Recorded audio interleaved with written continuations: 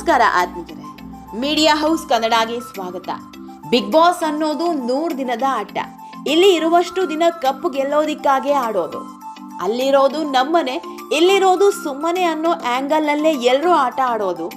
Big boss ಮನೆಯಲ್ಲಿ ಹುಟ್ಕೊಳ್ಳೋ ಸಂಬಂಧಗಳು ಯಾವುದೂ ಶಾಶ್ವತವಾಗಿ ಉಳಿಯೋದಿಲ್ಲ. ಎಲ್ಲವೂ 3 ಮತ್ತೊಂದು ದಿನಕ್ಕೆ ಮಾತ್ರ ಸೀಮಿತ ಬಿಡಿ. ಯಾಕಂದ್ರೆ ಪ್ರೀತಿಯೇ ಆಗಲಿ, ಸ್ನೇಹವೇ ಆಗಲಿ, ಕೊನೆಗೆ ಅಣ್ಣ ತಂಗಿ ಅನ್ನೋ ಸಂಬಂಧವೇ ಹುಟ್ಕೊಳ್ಳಲಿ. ಎಲ್ಲವೂ ಬಿಗ್ ಬಾಸ್ ಮುಗಿಯೋವರೆಗೆ ಮಾತ್ರ. ಆಮೇಲೆ ಎಲ್ಲವೂ ತಂಡ ಹೊಡೆಯೋದಕ್ಕೆ ಶುರುವಾಗುತ್ತೆ. ಸಂಬಂಧಗಳು ಉಳಿಯೋದಿರಲಿ, ಒಬ್ರಿಗೊಬ್ರು ಮೀಟ್ ಆಗೋದೇ ಕಮ್ಮಿ ಆಗಿ ಹೋಗುತ್ತೆ. ಎಲ್ಲರೂ ಅವರವರ ಬದುಕಲ್ಲಿ ಬ್ಯುಸಿಯಾಗಿ ಹೋಗ್ತಾರೆ. ತುಂಬಾ ಹಳೆ ಸೀಸನ್ ಬೇಡ, ಕಳೆದ ಸೀಸನ್ ನಲ್ಲಿ 3-4 ಮಂದಿ ತುಂಬಾ ಕ್ಲೋಸ್ ಆಗಿದ್ರು. ಅವರೆಲ್ಲ ಈಗ ಮುಖಕ್ಕೆ ಮುಖ ಕೊಟ್ಟು ಮಾತನಾಡಿದ್ದು ಕಮ್ಮಿ. ಭವ್ಯ ಹಾಗೂ ತ್ರಿವಿಕ್ರಮ್ ಲವ್ ನಲ್ಲಿ ಬಿದ್ದಿದ್ದಾರೆ ಅನ್ನೋ ರೇಂಜ್ಗೆ ಹೊರಗಡೆ ಸುದ್ದಿಯಾಗಿತ್ತು. ಆದ್ರೆ ಈಗಿನ ಪರಿಸ್ಥಿತಿ ನೋಡಿದ್ರೆ ಲವ್ ಇರಲಿ, ಇವರಿಬ್ಬರ ಮಧ್ಯೆ ಫ್ರೆಂಡ್ಶಿಪ್ ಆದ್ರೂ ಇದೆಯಾ ಅನ್ನೋ ಅನುಮಾನ ಮೂಡಿಸ್ತಾ ಇದೆ. ಬಿಗ್ ಬಾಸ್ ಅನ್ನೋದು ಬರೀ 100 ದಿನದ ಆಟ ಅಷ್ಟೇ. ಇದಕ್ಕೆ ಅಲ್ವಾ ಪ್ರತಿ ಸೀಸನ್ ಅಲ್ಲೂ ಕಿಚ್ಚ ಸುದೀಪ್ ಒಂದು ಮಾತು ಹೇಳೋದು, ಇದು ಸಂಬಂಧ ಬೆಸೆದುಕೊಳ್ಳೋ ಮನೆಯಲ್ಲ, ಇಲ್ಲಿರೋ ಪ್ರತಿಯೊಬ್ರು ಕಪ್ ಗೆಲ್ಲಬೇಕು ಅಂತಾನೆ ಬಂದವರು. ಅಣ್ಣ ತಂಗಿ, ಅಕ್ಕ ತಮ್ಮ, ಪ್ರೀತಿ ಗೀತಿ ಅನ್ನೋದನ್ನೆಲ್ಲ ಸೈಡ್ಗಿಟ್ಟು ಆಟ ಆಡಿ ಈ ಬಿಗ್ ಬಾಸ್ ಮನೆಯಲ್ಲಿ ಸಂಬಂಧಗಳು ವರ್ಕೌಟ್ ಆಗಲ್ಲ ಅಂತ. ಆದ್ರೆ ಈ ಮಾತನ್ನ ಯಾರೂ ಕೇಳಲ್ಲ ಬಿಡಿ. ಇದನ್ನೆಲ್ಲ ಈಗ ಯಾಕೆ ಹೇಳ್ತಿದೀವಿ ಅಂದ್ರೆ, ಈ ಬಾರಿಯ ಬಿಗ್ ಬಾಸ್ ಮುಗಿದು 1 ವಾರ ಆಗಿದೆ ಅಷ್ಟೇ. ಇದೇ ಹೊತ್ತಲ್ಲೇ ಗಿಲ್ಲಿ ಹಾಗೂ ಕಾವ್ಯ ಬಗ್ಗೆ ಒಂದಿಷ್ಟು ಮಾತುಕತೆ ಹರಿದಾಡ್ತಾ ಇದೆ.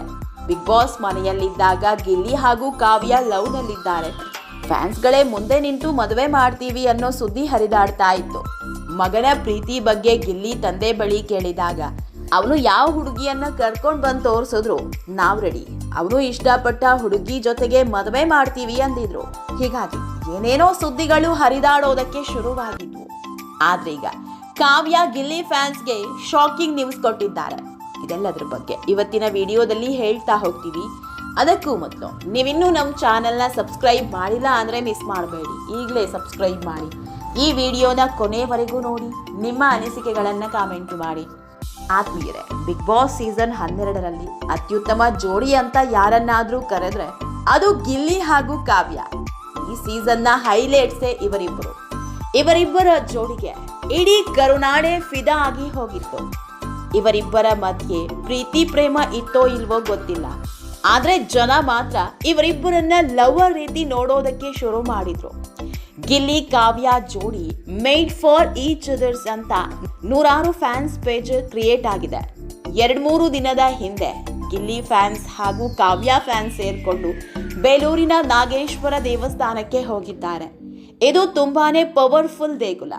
ಈ ದೇಗುಲದಲ್ಲಿ ಇವರಿಬ್ಬರಿಗೂ ಬೇಗ ಕಂಕಣ ಭಾಗ್ಯ ಕೂಡಿ ಬರಲಿ, ಇಬ್ರು ಮದುವೆಯಾಗಲಿ ಅಂತ ಪ್ರಾರ್ಥಿಸಿದ್ದಾರೆ.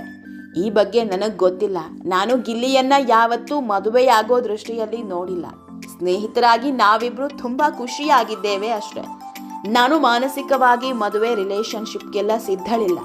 ಹಾಗಾಗಿ ನಮ್ಮಿಬ್ಬರ ಶುದ್ಧ ಸ್ನೇಹ ಅದೇ ರೀತಿ ಇರಲಿ. ಈ ವಿಚಾರದಲ್ಲಿ ಜನರಿಗೆ ಅಷ್ಟು ಕ್ರೇಜ್, ಹುಚ್ಚುತನ ಬೇಡ ಅನ್ಸುತ್ತೆ ಅಂದಿದ್ದಾರೆ. ಇನ್ನು ಗಿಲ್ಲಿ ಕೂಡ ಇದೇ ರೀತಿ ಉತ್ತರಿಸಿದ್ದಾರೆ. ಕಾವ್ಯ ಮನೆಯವರು ಕೊಟ್ಟ ಬ್ರೇಸ್ಲೆಟ್ ತೆಗೆಯಲ್ಲ, ಹಾಗಂತ ಆಕೆಯನ್ನು ಮದುವೆಯೂ ಆಗಲ್ಲ. ಆಕೆ ಒಳ್ಳೆ ಸ್ನೇಹಿತೆ ಅಷ್ಟೇ, ಸ್ನೇಹಿತರಾಗೇ ಇರ್ತೀವಿ. ನಾನಿನ್ನೂ ಸಿಂಗಲ್, 2-3 ವರ್ಷದಲ್ಲಿ ಮದುವೆ ಆಗಬೇಕು ಅಂದಿದ್ದಾರೆ. ಅಲ್ಲಿಗೆ ಇಬ್ಬರ ನಡುವೆ ಇರೋದು ಸ್ನೇಹ ಹೊರತು ಪ್ರೀತಿ ಅಲ್ಲ ಅನ್ನೋದನ್ನ ಅವರೇ ಕ್ಲಾರಿಫೈ ಮಾಡಿದ್ದಾರೆ.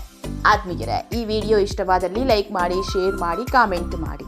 ಇನ್ನೂ ನಮ್ಮ ಚಾನೆಲ್ನ ಸಬ್ಸ್ಕ್ರೈಬ್ ಮಾಡಿಲ್ಲ ಅಂದರೆ ಮಿಸ್ ಮಾಡಬೇಡಿ, ಈಗಲೇ ಸಬ್ಸ್ಕ್ರೈಬ್ ಮಾಡಿ.